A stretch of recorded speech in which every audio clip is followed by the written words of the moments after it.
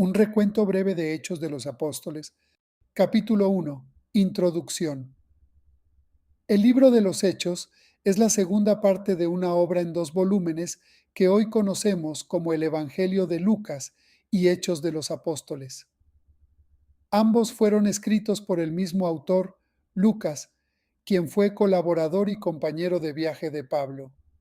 Esto queda claro en la introducción del libro, donde Lucas dice: En el primer libro escribí acerca de todo lo que Jesús comenzó a hacer, a enseñar. Aquí Lucas está dando una pista de lo que se trata el libro de Hechos. El primer volumen fue acerca de lo que Jesús comenzó a hacer y a enseñar. El segundo volumen entonces será acerca de lo que Jesús continuó haciendo y enseñando, lo que nos lleva a un punto muy interesante acerca del nombre tradicional pero no original del libro, Hechos de los Apóstoles.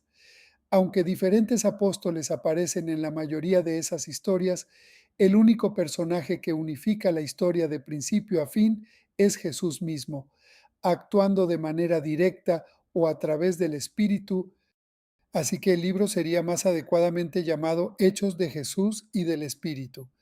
Capítulo 2. Introducción del libro. La introducción del libro recuenta cómo Jesús resucitado pasó 40 días con los discípulos enseñándoles acerca del reino de Dios. Esto se conecta con la historia del Evangelio de Lucas, donde Jesús declaró que estaba restaurando el reino de Dios en el mundo, empezando con Israel. Así que Él llamó a Israel a vivir bajo el reino de Dios, siguiéndole a Él, y Él fue coronado como rey cuando entregó su vida y así conquistó la muerte con su amor. De manera que el libro de Hechos comienza con el Rey Jesús resucitado, instruyendo a sus discípulos acerca de la vida en su reino. Él promete que el Espíritu vendrá pronto y los llenará con su presencia personal, y esto se cumple. Una de las esperanzas clave de los profetas del Antiguo Testamento, que en el reino mesiánico la presencia de Dios, su Espíritu vendría y moraría entre su pueblo en un nuevo templo y transformaría sus corazones. Jesús dice que cuando esto suceda, el Espíritu empoderará a sus discípulos para ser mis testigos en Jerusalén, Judea, Samaria y hasta el último rincón de la tierra. Después de esto, Jesús es llevado de su vista en una nube, una imagen tomada del capítulo 7 del libro de Daniel. Allí se muestra cómo Jesús está entronizado como el Hijo del Hombre, que fue el indicado después de su sufrimiento y ahora comparte el gobierno de Dios sobre el mundo y promete que un día volverá. Así que los temas principales y el diseño del libro de Hechos fluyen de este capítulo inicial. Esta es una historia acerca de Jesús guiando a su pueblo por medio del Espíritu para ir por el mundo e invitar a todas las naciones a vivir bajo su reino. Así que la historia comenzará con ese mensaje esparciéndose en Jerusalén y luego a las regiones vecinas de Judea y Samaria, llenas de gente no judía, y de ahí a todas las naciones hasta los confines de la tierra. Capítulo 3. Jerusalén. Este vídeo solo se enfocará en la primera mitad del libro, la sección enfocada en Jerusalén que comienza con los seguidores de Jesús esperando hasta la fiesta de Pentecostés, cuando muchos peregrinos judíos de todas partes del mundo antiguo estarían en la ciudad y el Espíritu Santo viene sobre los discípulos como un gran viento, y algo similar a llamas de fuego aparecen sobre la cabeza de cada uno de ellos y juntos empiezan a anunciar y contar historias de las grandes obras de Dios, hablando en todos estos idiomas que no conocían antes, pero todas las personas que estaban reunidas les entendían perfectamente. Ahora, para poder ver lo que Lucas está enfatizando en esta historia, es crucial que veamos las raíces de estas imágenes en el Antiguo Testamento.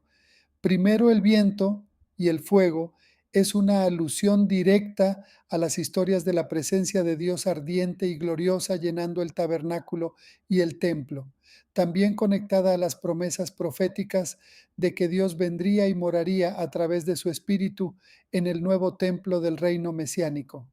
Así que aquí en Hechos, la presencia ardiente de Dios viene a morar no en un edificio, sino en su pueblo. Lucas está diciendo que el nuevo templo prometido por los profetas es la familia del nuevo pacto en Jesús, el pueblo de Jesús. Lucas describe en detalle la composición internacional y multitribal de todos los israelitas que estaban ahí en Pentecostés y que respondieron al mensaje de Pedro. Así que los apóstoles continúan llamando a los israelitas a reconocer a Jesús como su Mesías, y miles de ellos responden formando nuevas comunidades de generosidad, alabanza y celebración. Capítulo 4, lo que cuenta la historia de dos templos, pero no todos están celebrando. Después de esto, Lucas muestra cómo la nueva familia de Jesús rápidamente enfrentó la hostilidad de los líderes de Jerusalén con un diseño simétrico realmente hermoso, lo que cuenta la historia de dos templos. Así que el nuevo templo de Dios, la comunidad de seguidores de Jesús, día tras día continuaban unánimes reuniéndose en el templo y partiendo el pan en los hogares. Entre estas notas hay dos historias acerca de Pedro y los otros apóstoles sanando a personas en los atrios del templo para luego ser arrestados por los líderes del templo, y en cada ocasión siempre encontramos a continuación un discurso de Pedro en el que declara que Jesús es el verdadero rey de Israel. En el centro de todo esto está una historia acerca de cómo los seguidores donaban sus propiedades y posesiones a un fondo común para ayudar a los pobres, lo que es genial pero parece un poco extraño que Lucas lo mencione aquí, hasta que te das cuenta de que esta era una práctica descrita en las leyes de la Torá y se suponía que debía estar cumpliéndose en el templo de Jerusalén y a través de sus líderes, de manera que el punto de Lucas es claro. El nuevo templo de la comunidad de Jesús está cumpliendo el propósito que Dios siempre tuvo para el templo de Jerusalén: ser un lugar donde el cielo y la tierra se encuentren, donde las personas se encuentren con la generosidad y la presencia sanadora de Dios. Este conflicto entre los dos templos culmina los capítulos 6 y 7 de Hechos con la primera ola de persecución. Así que los seguidores de Jesús continúan multiplicándose requiriendo más líderes. Uno de ellos, Esteban, es un valiente testigo de Jesús en Jerusalén y quien termina siendo arrestado acusado de hablar en contra y hasta amenazar el templo. Entonces Esteban da un largo discurso mostrando cómo los líderes de Israel siempre han rechazado a los mensajeros que Dios les ha enviado, yendo a Jesús y ahora a sus discípulos, de manera que los líderes de Jerusalén se enfurecen, asesinan a Esteban y comienzan una ola de persecución contra los seguidores de Jesús, lo que ocasionó que muchos fueran esparcidos fuera de la ciudad. Capítulo 5. Lo que se ha recopilado. Pero esto tiene un efecto paradójico.